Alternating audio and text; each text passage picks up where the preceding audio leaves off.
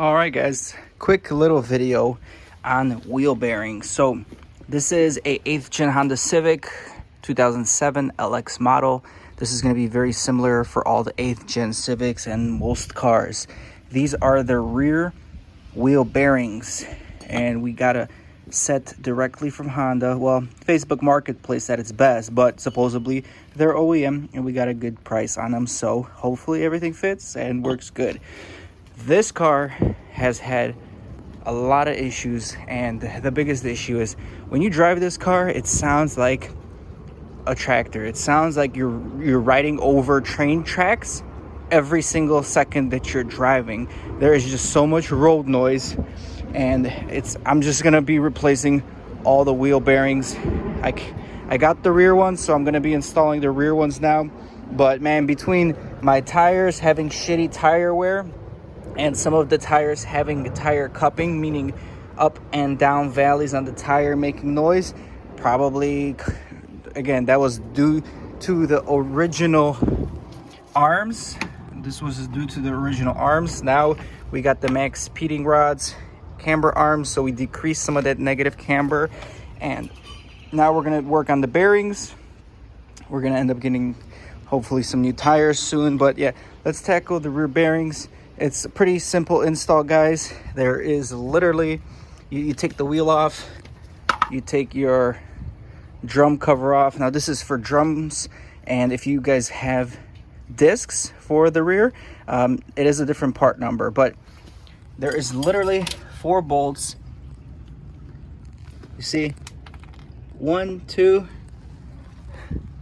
3, 4 bolts that you remove, and that's it.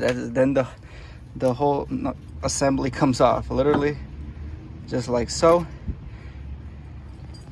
And overall pretty clean inside. And again, I'm not sure if this bearing is bad, but we are going to replace it. The only thing you want to keep an eye on is, you see the top of that bearing is flat. You see that flat cut, whereas the bottom one is round. That's the only thing we're paying attention to when we're going to be reinstalling it and replacing it with the new one. So as you can see, we're going to replace it just like that. And the new one has the flat cut. You want to make sure it has the gasket here, and you want to make sure the old gasket comes off. Now they look identical, as you can see, these wheel bearings, and they have magnetic rings, although this one is a little bit bigger than this one. Hopefully it all works. I know originally there was a 951 part, but the 952 replaces that. So let's compare them and clean up that bearing housing. We'll clean up that bearing housing, and we'll knock this side out. Brake pads, rear disc, rear drum pads, non-existent. That is something we will be doing as well. I wasn't planning to get this wheel bearing thing rushed, but these wheel bearings are so bad on some of these wheels that I'm afraid that the wheel is gonna literally fall off the vehicle. So as you can see, I'm working in the rain, and this is a rush job for my own safety, but we'll get back to these brakes eventually, because I do have a set of brakes. It's just a lot of finagling around right now to do it. Not sure if you can hear it.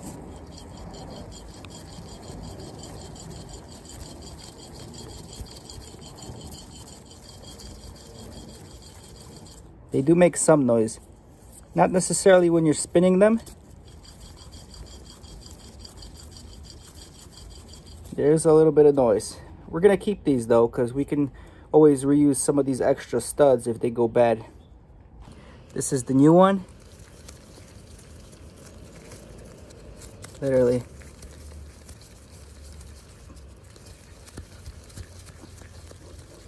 Nice and firm.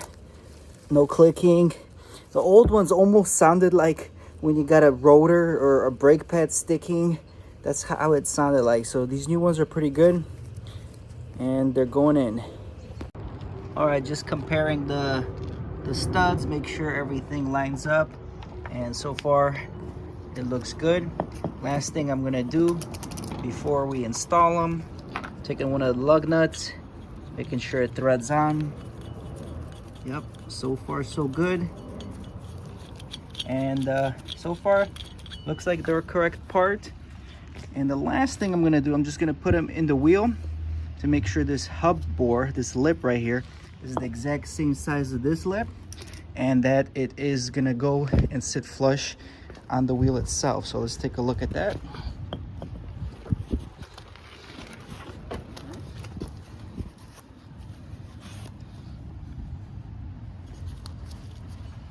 All right, here we go.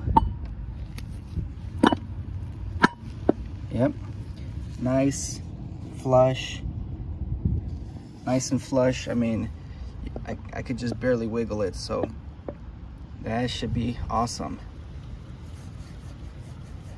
Should be nice and smooth now. Cut edge to the top.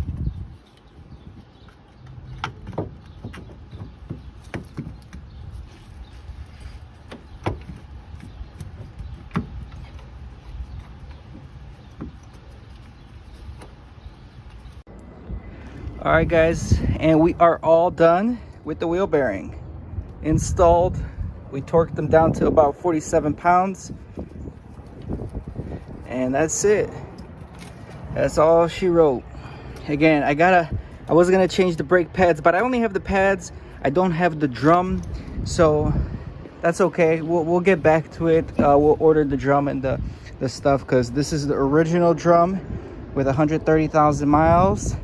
And these are the original pads with 130,000 miles. So the middle of those pads is, as you can see, non-existent.